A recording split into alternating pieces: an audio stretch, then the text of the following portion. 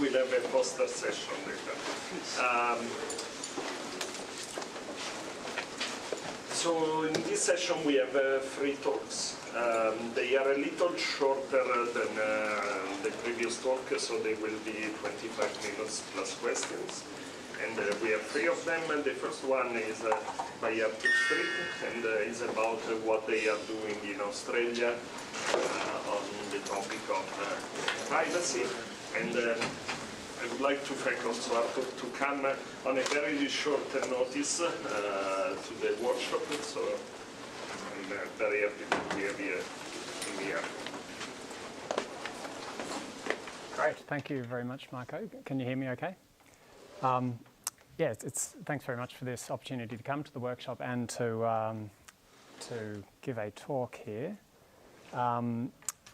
It's actually not my first time in California. I spent 5 years here doing my PhD down at Caltech in Pasadena, which I did in physics, so I'm coming here without a background in most of the topics that you mostly have. And these days, actually, I'm not in research, I'm in software development. So I won't be presenting on research, so if you don't expect that from me. But what I want to do is talk to you about a tool that we're building with the Australian, or in collaboration with the Australian Bureau of Statistics for confidentialized contingency tables. And really I'm hoping to learn from you guys about how we can do this in such a way as to make a broader access in a safe way.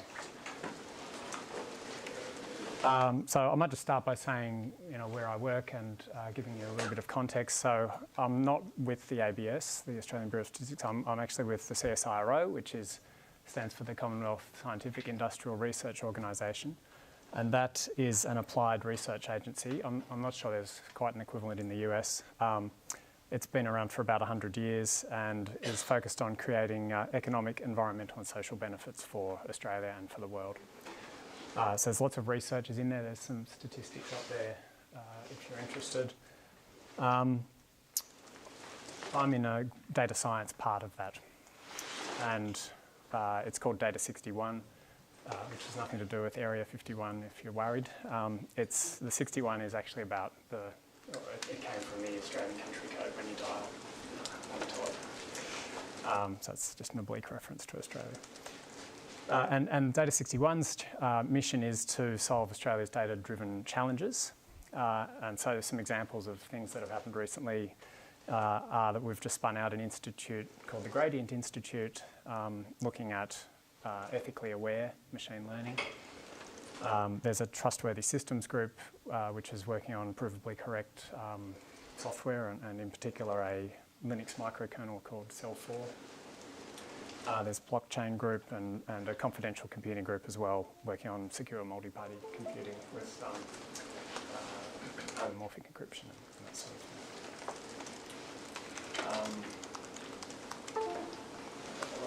Yes.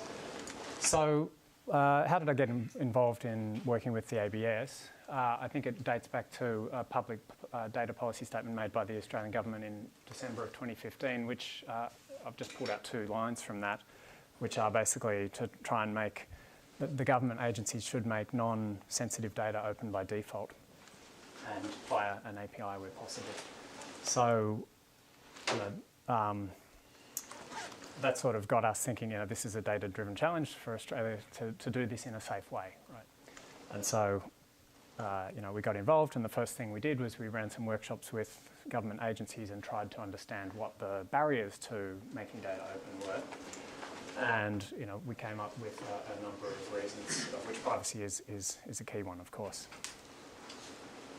But there are other reasons too, including cost and data quality and data literacy. So we have a little schematic that sort of tries to organise some of the ways we're helping government address some of those issues. So across the top there we have kind of a journey, one possible journey anyway for data coming out from a government to outcomes. And we have a number of things that we're doing across especially the last few of these to try and help governments make their data more accessible. I'll just mention 1 or 2. So under use, starting at the end here, there's a mapping project called National Map, which you can get to. It's online, nationalmap.gov.au, and that is a great way so that each government agency doesn't have to create their own way of putting their data on a map on the web, so that can access data anywhere in the world, in fact, but we've designed it for Australia, and just show that on the map. One particular thing that's been used for recently is something called the drought map, which has been helping to understand what the impact of the drought in Australia is. So it has access to satellite data and so forth too. Then under access, this federated registry and search, that refers to a replacement for you have data.gov in America, we have data.gov.au, and there's a rewriting of how that works to make it easier to discover data. We're talking about open data there. Although I am, since coming here, thinking that some of the talks, for example, the CSIRO talk in one of the early days, maybe there's a way that we could, because this is federated and you don't actually have to put the data there, you can just put a reference to the data. There may be a way to use that in a similar way to the database sort of approach. And put some information, some metadata about private data or sensitive data. Okay, so that's interesting. And then, so now coming back to protect, which is more where I'm coming in. Two things that I'll mention here. So synthetic data generation, we do have a privacy research team that's affiliated with us and Macquarie University in Sydney. That has been working on synthetic data generation. So they've, in the last few years, released a synthetic data set for some of the tap-on, tap-off transport data in Sydney, for example. And they also are working on helping government agencies create synthetic data sets out of their data sets as well. Unfortunately, you're stuck with me, not someone from who knows the details of that research in this workshop. So I can't really tell you the details of that. But we are talking to them very, very much about what I'm doing, which is the confidentialized contingency tables. So, right, it's not just confidentialized contingency tables, of course, it's custom ones. I don't know why I made it such a tongue twister to say. I probably should have run with Natalie's description of flexible tables, which is a bit easier to say. But yeah, basically what this means is that a user can come to our website, the ABS's website, and generate a custom table of counts if they're authorised, which is the first key, on a data set that they have authorisation to access. And that means they can choose some fields to make the dimensions of that hypercube. And so, yeah, the sorts of protections that you would be totally familiar with are then perturbation, and we're using the algorithm that the ABS has developed and is using the table builder, whose salient features, I guess, Natalie has already described to you. I guess some key aspects to that are that each individual in the microdata gets a record key, and the perturbation that's applied to each cell depends on who's in there. So it's deterministic, I guess, based on a perturbation table that you look up. And so, yeah, one other key aspect of that would need to be changed for differential privacy at a minimum would be that the zeros are.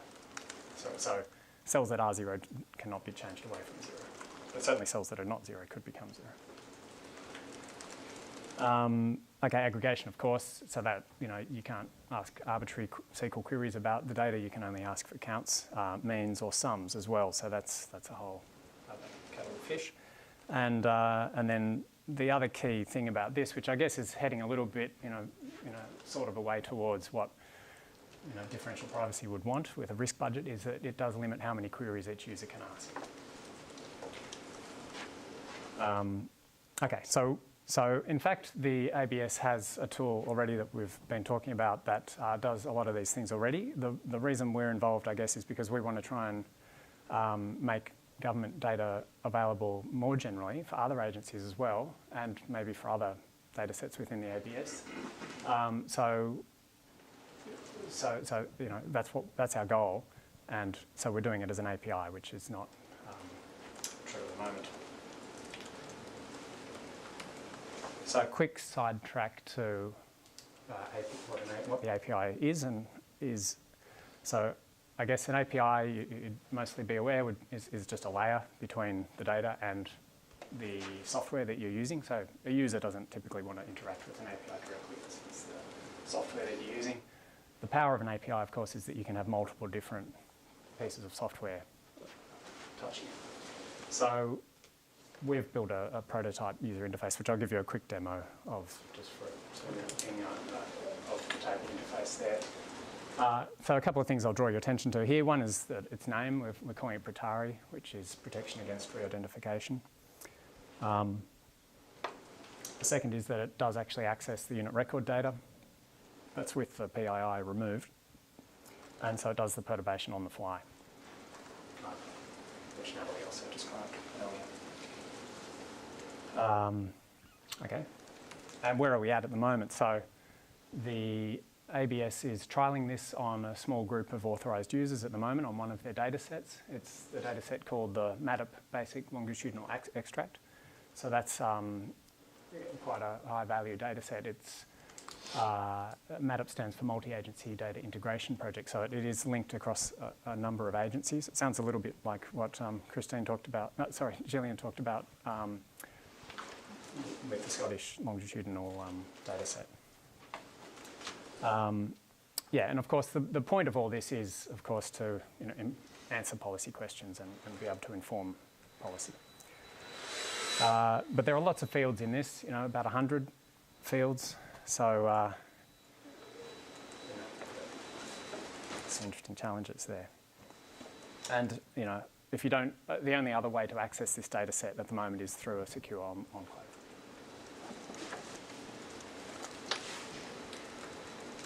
So what do I want to do in the rest of the talk here? I just want to give you a quick demo and then talk a little bit about why I'm here and what I'm hoping to learn and ideas that I've got for how this might work. Right.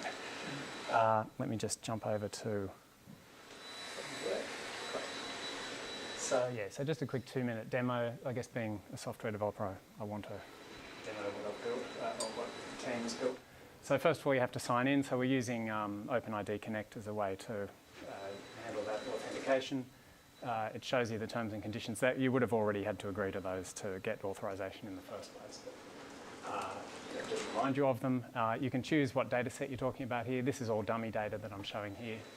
So it's just gone straight at that. But you can choose what columns of the data set you're interested in. A filter was up there saying that we're only interested in 2015.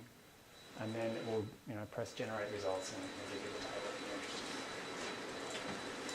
in. And you can download the results here as well. So let's have a look at. I wanted to just give a quick example of one of the nice things you can do with the results. They can come out in a geographical format, which we call CSV GeoAU, and National Map knows how to understand that. So, these are all places in Australia. You can download it in that format and then drag it onto National Map, and it will show you the same data on a map rather than in a table.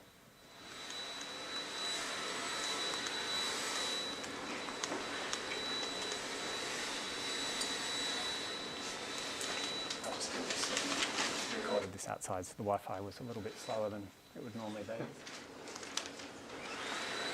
Okay, so I'm just dragging that same thing we just downloaded, and it can colour code. So National Map understands the names of all these regions. So that's a nice synergy, I guess, between the different things that we're developing. And you can see the other dimension that you downloaded is shown over on the left, so you can show it. And all these numbers are perturbed, of course. I think that's one tiny last thing on the demo is then just, this is counts, you can also do means and sums of non-categorical fields. And I think in MADP actually there are no such fields like that, so it's actually just counts at the moment. So the bigger MADP data set also involves other tables. So this is one advantage of this, I guess, at the moment in terms of a differential privacy way of thinking about it is that it is just one table. But real data, of course, most real data is typically not one table. So we're also looking at ways to try and extend this to join tables. Okay, so back to...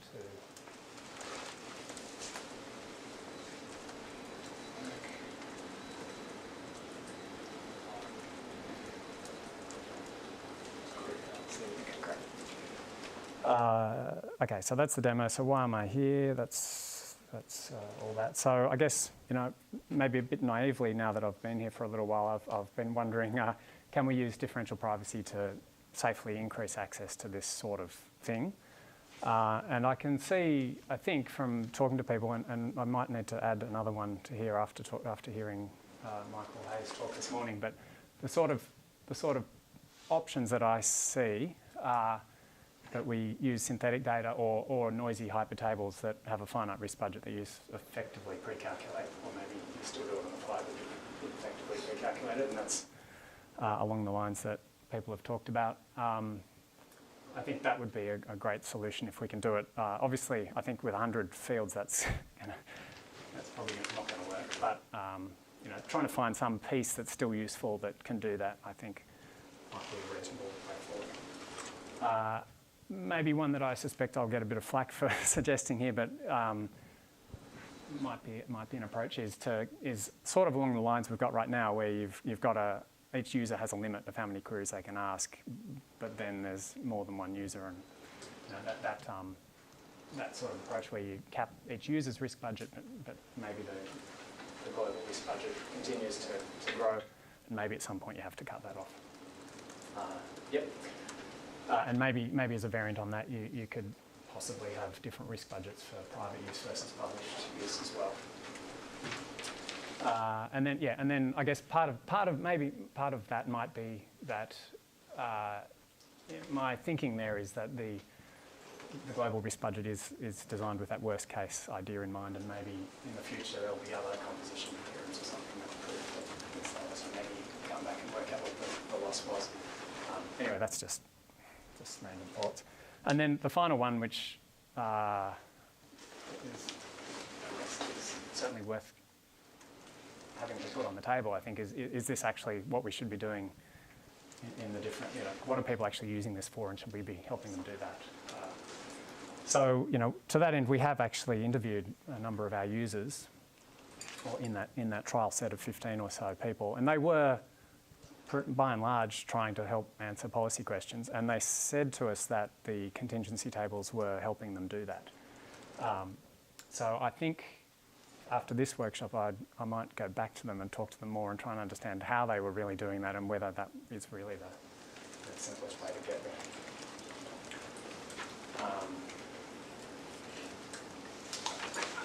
Okay. Yeah, I guess the other question is, with 1 and 2, even with 1 and 2, you're going to have to use some risk budget to generate these tables. And if really what you're trying to do is something down here, is that a good use of the total risk budget?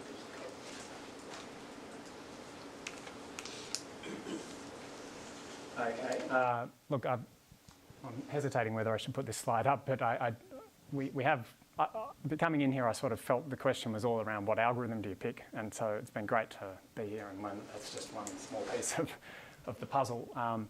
So we looked at just using the adult data set that's actually in the published MWIM paper, and looking at what if you do. So this is actually the published line, this green line in the MWIM paper, but I've taken the square root so that you can think of it as a root mean square error on the query. And the sort of queries that are involved in this study are range queries. So, give me the number of people who are between 2 certain ages and 2 certain hours worked.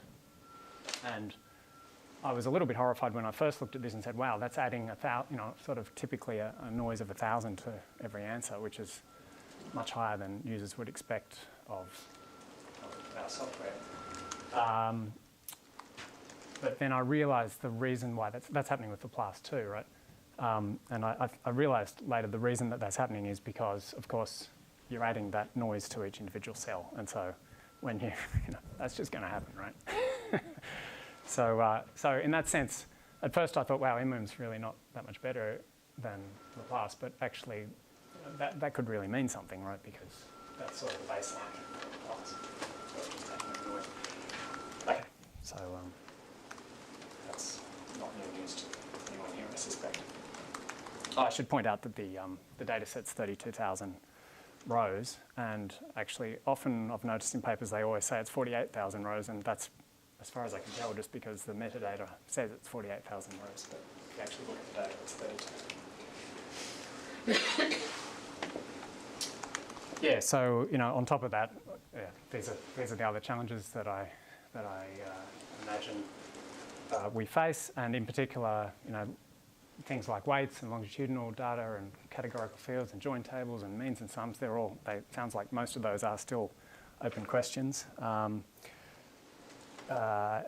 in particular, I would love to be able to put a confidence interval on each count. So if we do use an algorithm other than Laplace, I haven't really seen how that works yet. And I noticed even in Michael's talk, he said that was an area of future research too. So. So I guess I hope you don't mind that I haven't presented anything particularly earth-shattering on differential privacy, but I've really enjoyed the opportunity to show you what I'm doing and use that as an opportunity to find out from you guys where I should be focusing next. Thank you.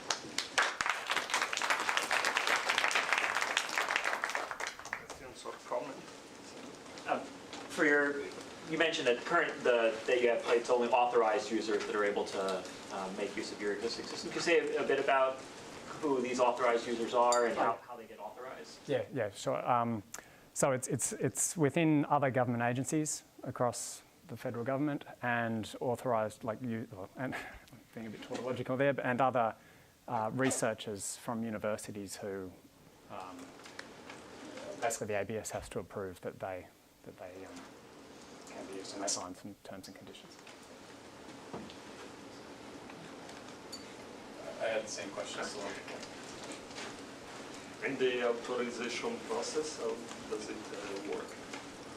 I think it's really a matter of signing that you're not going to try and attack the system and that sort of thing. A related question, they can then publish tables based on... I was expecting this question. Yes, that's right. They can. So following John's argument, if there were enough of them published, they might be able to reconstruct. Well, that's why at the moment it's a limited trial and there's limited risk budget. Limited number of queries they could ask, but that's something to... But if a lot of different researchers publish lots of different things. And do they have, presumably they have to come and work in a safe haven or through a VPN or something? Say that again, sorry. Well, no. So this is something they can access through the web, actually. Please. Yeah, your idea of kind of private versus public use, or private versus published use, seemed an interesting one. Presumably, for any of this, there is some externally visible impact of the work at some point. Otherwise, yes. Why give them? Yes, I realise there's a conceptual. But yes. But it does lead to an interesting question of could you base the privacy budget somehow on what they actually do with the data rather than what they've actually seen? It feels to me like the impact of publishing the data is greater than the impact of using it to guide the next piece of analysis, but I don't know. Well, you said you talked to some about what they're doing with it, and how far do you carry that? Do you carry that to the point where you say, what's actually going to happen that someone could externally view? And I think that would be an interesting thing to learn.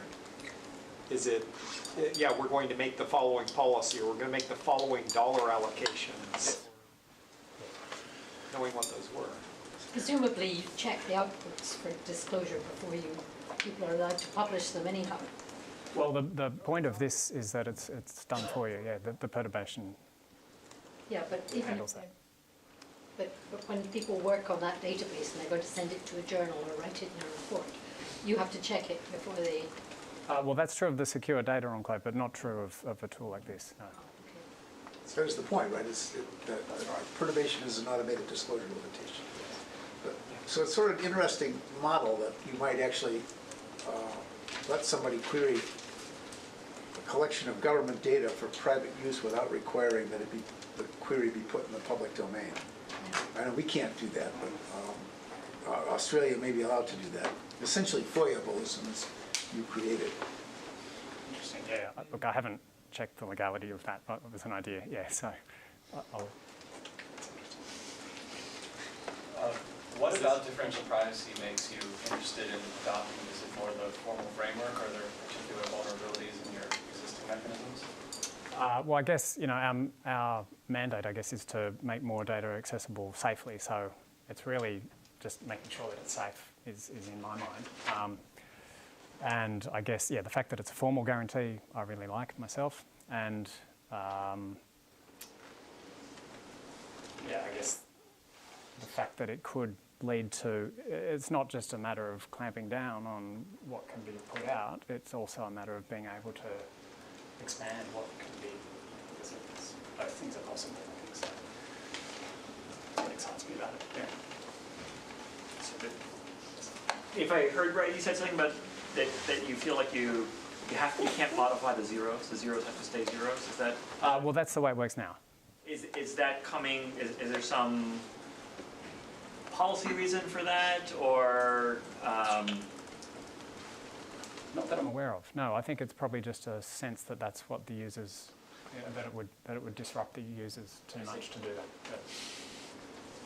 But I would certainly want to challenge that. It's from a very poorly worked out error model of the users, in my view. So, just a naive question, but how this is related to the ABS issue, ABS attack that we have seen? They were on a similar model? Yeah, so that, I guess, is on the algorithm, but then, with Pajari, for example, there are other protections like being authorised and having that fixed limit to how many queries you can make. I see. So, But the and algorithm, then there's logging as well. The algorithm were similar to the one you're using. Okay. What are you referring to? So there has been, I'm not too aware, but there has been some attack on some ABS methods for releasing private data. You can just Google ABS and attack. And you will find. Was that on this table maker or the one they're using internally already? It wasn't on a live system, it was on a simulated system, Yeah, yes. but I mean, there's the methodology, the one you But the used. methodology is the ABS. I think John mentioned this during. I mentioned it. Yeah, you mentioned But I it. wasn't sure this table maker was the same Yeah, yeah. one that they simulated. It was. Well, they simulated the algorithm, so it's So, but the one you have here, you mentioned it has restricted access, and so given the access rules and the number of query rules, could what they simulated have been done with that current system? it depends on what the limits are that are in there, and I'm not sure what the ABS has actually set those limits at. So I guess there's different levels of confidence as well. So the more, if you could do 1 million queries, obviously you could be quite confident. So it's a matter of. All right. Cool. Thanks everybody for the discussion.